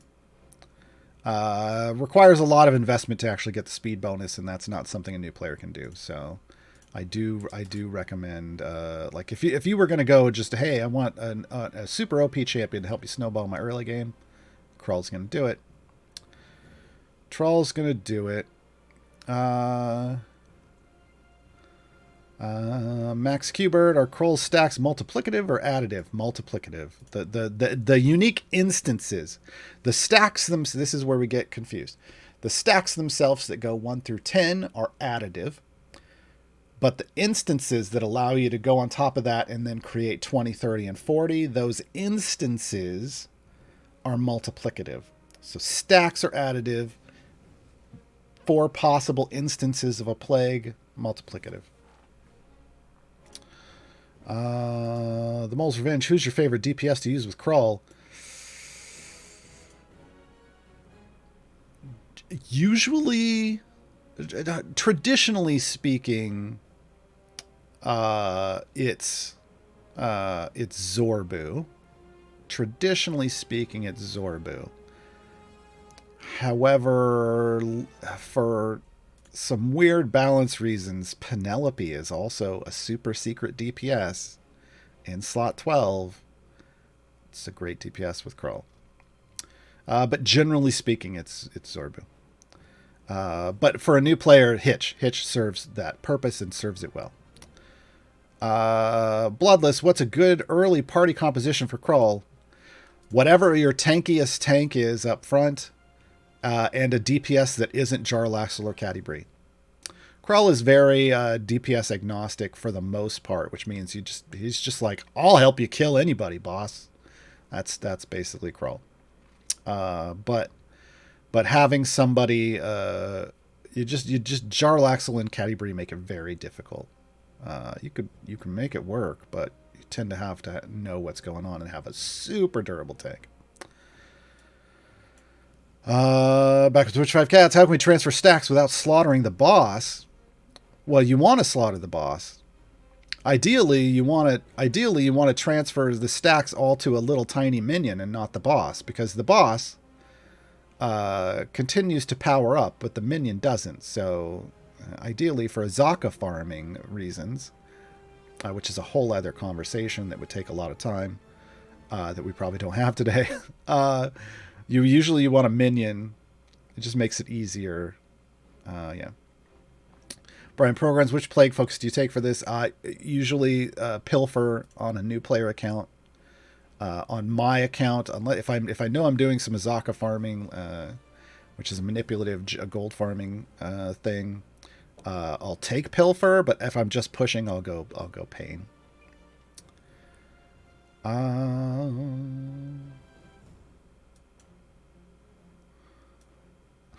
Yeah, that was a lot in a row, wasn't it? Trying to see. I think we might almost be done. Thunder JP. Do Torigar stacks build up offline? Same question for Black Viper and Nahara Zorba. Technically, they should. However, keep in mind it's in the current iteration of offline progress / background progress. It is a simulation that does not necessarily track all of the kills that would normally be happening. It is just seeing if you have enough damage to do those kills, and then it's moving and it's potentially jumping. Like when it first starts triggering in its fastest progression mode, I believe it's jumping like 5 levels at a time or something like that. So it's not necessarily giving you credit for every potential kill. So it will get you some numbers offline. It's not going to get you as many if you were spending that same amount of time online. But it's better than nothing, because before offline progress, you got nothing. Crazy Boy, tips for stacking Torigar. There's a question about Twilight Twist that I saw up there. Twilight Twist is a great place to stack Torigar. Any place where enemies get knocked down and they get up again, because you're never going to keep them down, is a great place, because you can eventually end up with 100 enemies on the screen, which is the max number of enemies, regular enemies you can have on the screen. And you can just knock them down, and then they'll get back up like 5 or 6 seconds later, and then they fall back down again. Great place, great way to easily stack Torigar. You can do that on like level 1. You can do that on like level 1 of one of those adventures, which is coincidentally why I have never completed Twilight Twist. I'm keeping it as a way to stack things in the future. Let me see. What's anything? Fred, that's not a question for me.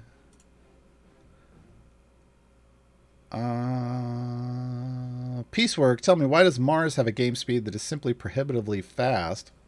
First thought it was Deacon Seals, if something doesn't work for me. Like, I'm not sure what you mean prohibitively fast. Having lots of, I think Mars may have answered this in chat. Having the more speed effects you have going on, the faster your progress is. You can literally blip and make it look like you're just killing 1 or 2 things. Literally, you are killing 1 or 2 things and then skipping lots of levels. So having lots of speed effects interacting along with a speed core and maybe even speed potions can make things just go so fast you get a little dizzy. All right, folks, we're going to head back. I'm going to answer all the questions, even if they're silly, because that's what we do around here.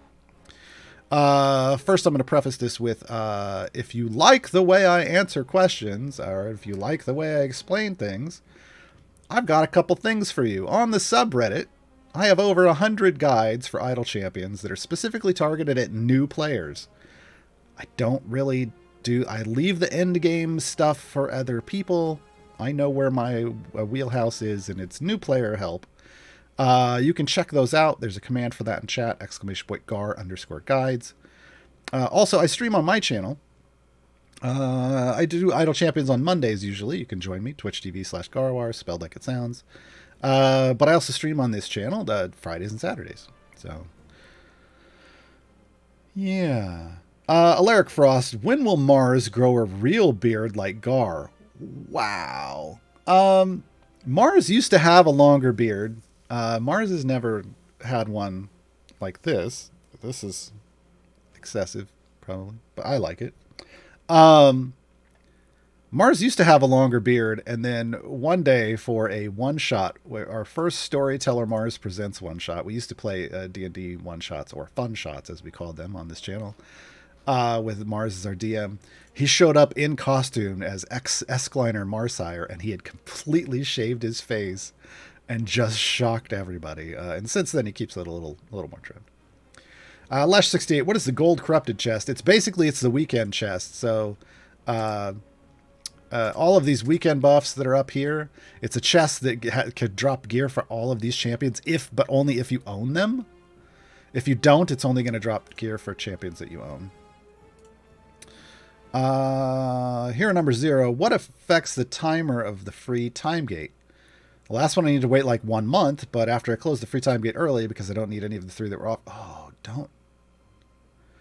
Okay, we're going to chat about that in a moment. Now the next free time gate will be in 1 week. So, natural time gates, this is what we refer to them as. Natural time gates generally happen in the off week between events. Right now, we are in a weird place because this is the 5th anniversary. So we had 2 events that were squished back to back with no off week in between, which is why there was a whole month to get a time gate. But now we're going to have back to back to back, potentially to back time gates. Like, we don't have an event starting until like September 27th or 8th or it's going to be, I think it's the 28th. Something like that. It's a while into the month, folks, because there's just lots of stuff happening this month based around the anniversary. So we're going to see a lot of time gates each weekend. But normally it is in between events, and events happen every 3 weeks. So that means natural time gates usually happen every 3 weeks as well, because it's in between the end and start of the new event. Yeah, that's just the thing. Let's talk for a second about this other thing that you were not asking me a question about, but I'm giving you my opinion on it. After I closed the free time gate early because I didn't need any of the 3 champions that were offered, just so I could get 2 extra time gate pieces,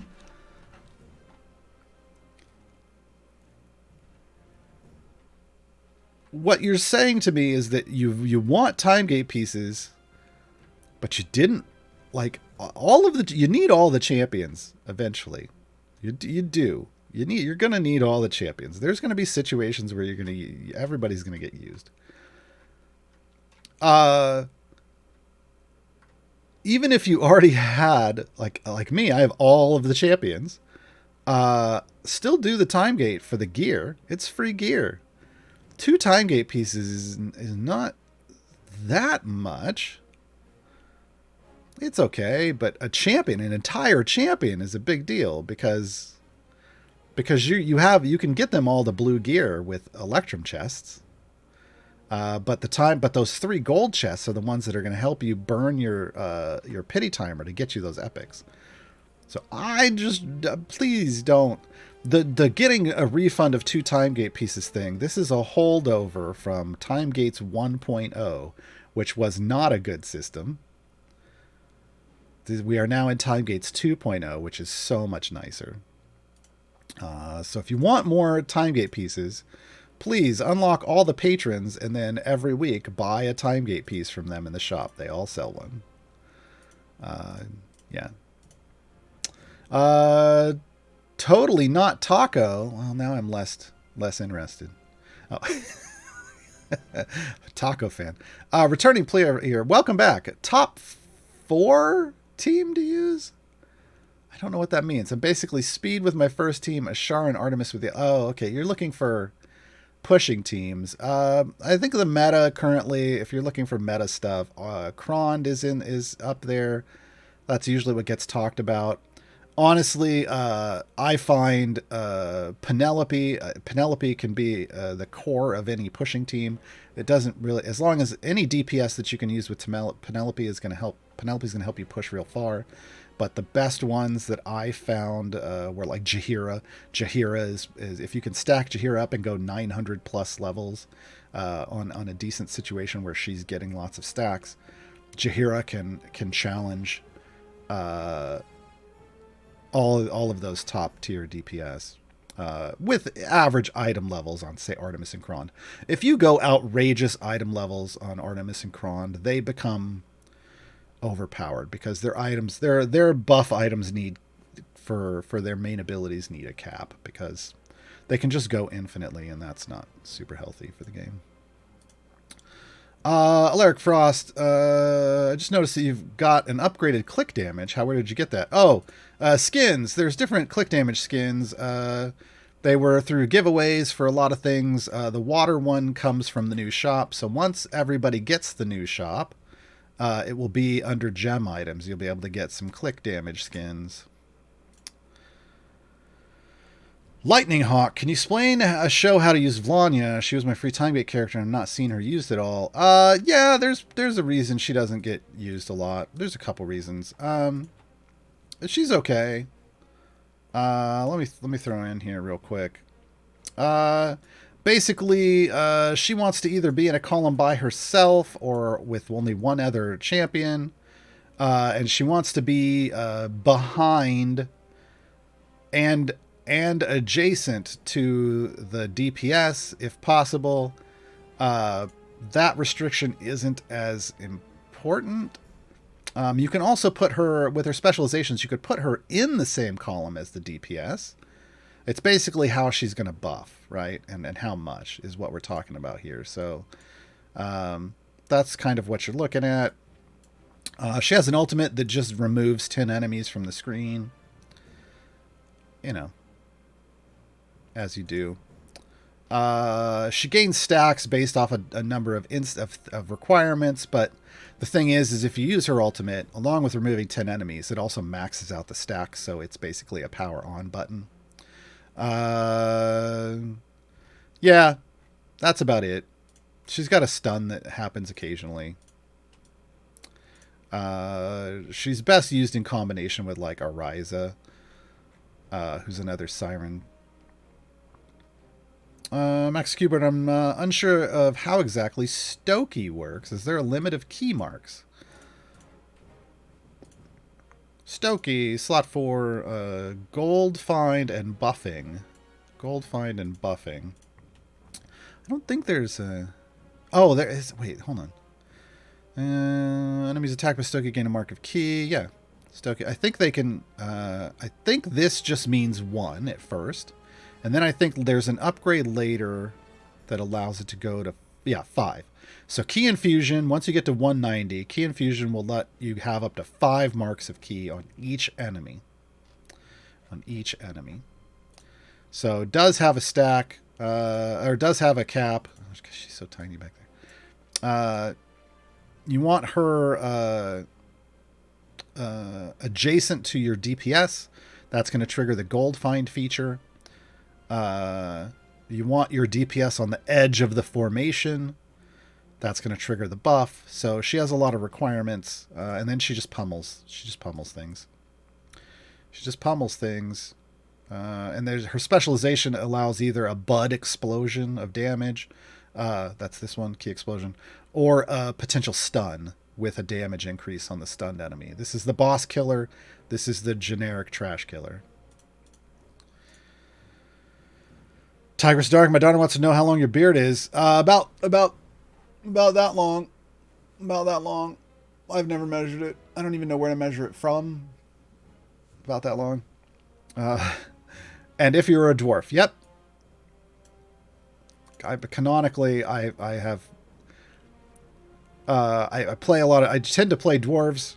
And one time when I was playing Warhammer and I was doing a lot of guides for Warhammer, I showed up to the studio. And one of the producers walks out, sees me for the first time, and goes, "Oh my God, you actually are a dwarf." So yeah, I'm a dwarf. They think of me canonically as a dwarf in real life. So, Kim Medina, how do I get Electrum chests? From codes like the one down there that's Vile Darkness, streams like this, and other things. Man, we are out of time. I'm just trying to go real fast. Frobanger, do you have a guide for Twilight Twist? A guy in the Idle Champions Discord was asking about a guide. I do not, because I've never completed it, and I don't know that I will. Alchemicrez, is there any drawback to using the multi-party feature? I saw the warning and avoided it, but now I see lots of... so the warning is that, hey, this is in beta, and it kind of is. But no, you absolutely want to do it. I don't know that I don't use the multi-party feature so much as I use the Modron automation portion. But split the party is the thing you want to do to get your Modron core. You don't have to then go and set up background parties if you don't want to. Falcon, is there any way to arrange the champions by cost for upgrades? No.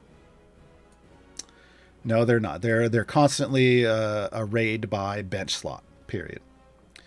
Level 6 system, is there a reason my average DPS is somehow lower than my base DPS? Yeah, both those numbers are a lie. And you should only be using Bud. Bud and the area you can push to are the only real indicators of how good your formation is. If you look at this and you hover over the base description, it's telling you it's a lie. And this one says, well, I'm lying, but I'm not lying as much as base DPS is lying. So, yeah, don't use those, please. Lifetime 42, I have a problem with leveling up click damage via the keyboard. As shown, the hotkey is not working. What do I do? Don't level it up by keyboard? I don't know. I'd submit a ticket. I don't know.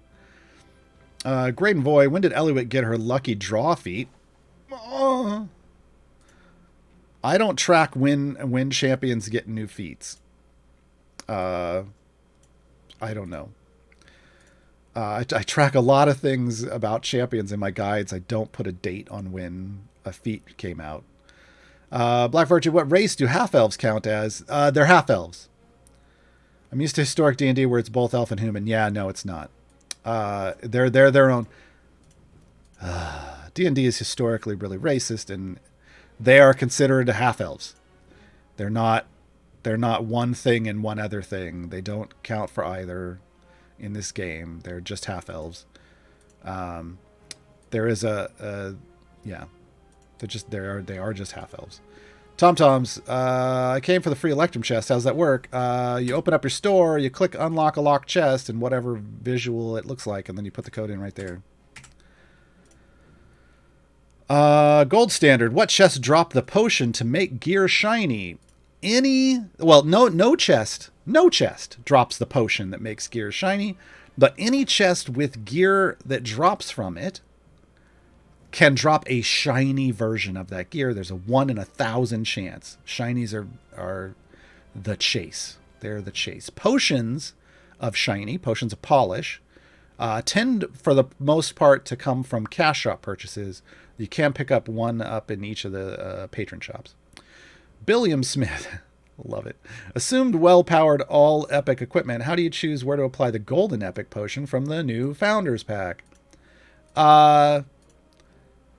Wherever you have a large number of item levels on a powerful item, there's your target. But keep in mind that golden potion only works on items that actually have had a golden version released in the game. So it does not work for Humon's Rainbow Eggs, because Rainbow Eggs has never had a golden version added to the game. Psycho Butter, who do I unlock to replace Jarlaxel easily? Hitch from the newsletter. Sign up for the newsletter. Open up the menu, sign up for the newsletter. The Fragile, free time gate question. Shandy, Barrow, and Break. Shandy. Yeah, Shandy. I know you may have a lot there, but out of those three, I would say Shandy.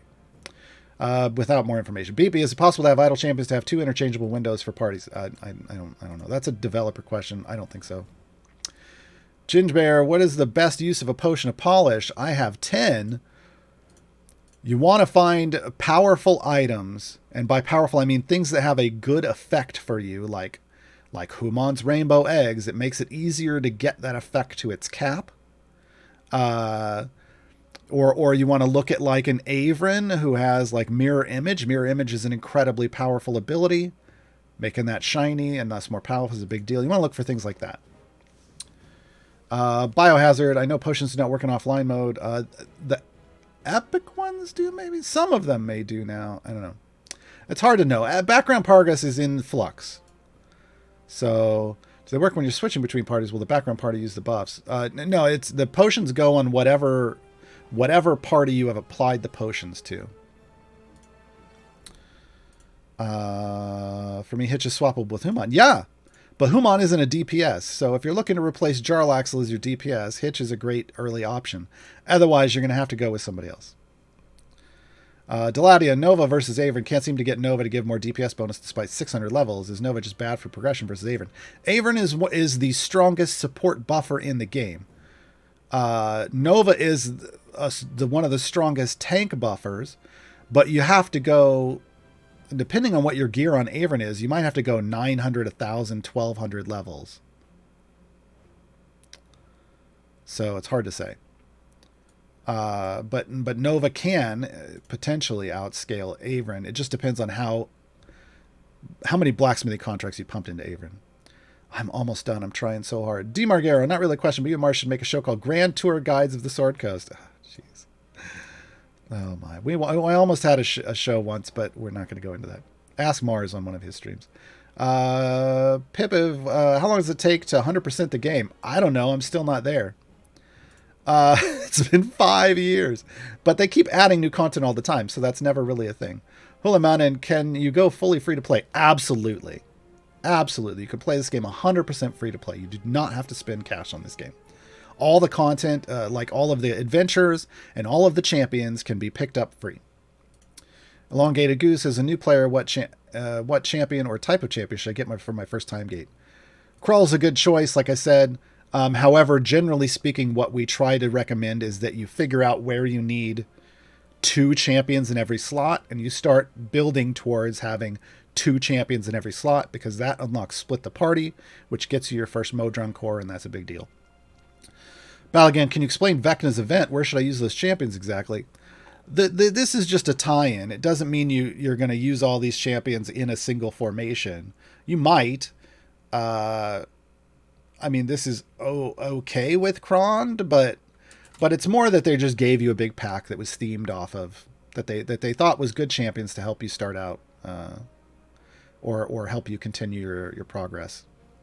There is no Vecna event. There is a Vecna storyline now. Distraction Tag Pro, or maybe Tag Pro. I just downloaded this game. Any good starter guides? Yeah. I just typed a command in chat. Maybe? No, the bot doesn't like it. There it goes. I have a new player reference. Go check that out. There's also 90, probably 80 or 90 videos by me on the C&E Games YouTube. Check those out. Azazel Catalico, you're killing me now with Rhythm Rush. I literally just played, when should I use my bounty contracts? Bounty contracts should be saved for events. Only use bounty contract when event is going on. This is because bounty contracts will drop event tokens, which will let you get more gear. Don't use bounty contracts outside of an event. If you have before, whatever, we all did it. But wait until events. Last question. Art from Canada. If I make a blue item shiny, then get the epic upgrade, do I use the shiny effect? Nope. Shiny pertains to the entire item slot. So if you get it with the white item, it will stay shiny forever. That's it, folks. We did it. We're out of here on the song for Deacon. Deacon's Tale of Doom. This ends the streams for the week on the Scenic Games channel. However, in an hour-ish, because I got to get lunch, I'm going to stream over on my channel. It's Final Fantasy Saturday. We're playing through the pixel remasters of Final Fantasy, so come hang out with the community while we talk about all kinds of stuff, and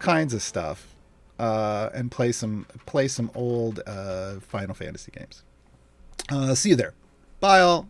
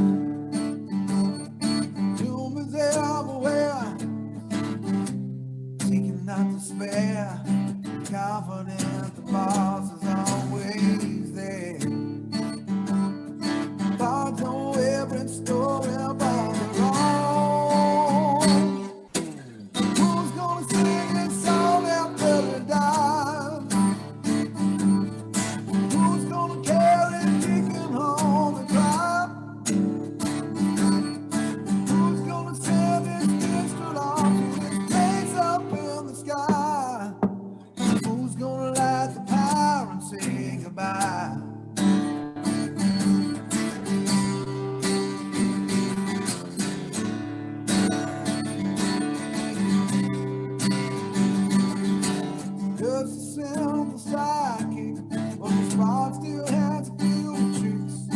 Hopefully, Deacon won't die that quick. Got so far left to go, so many stories left to know. Epic songs to rap about.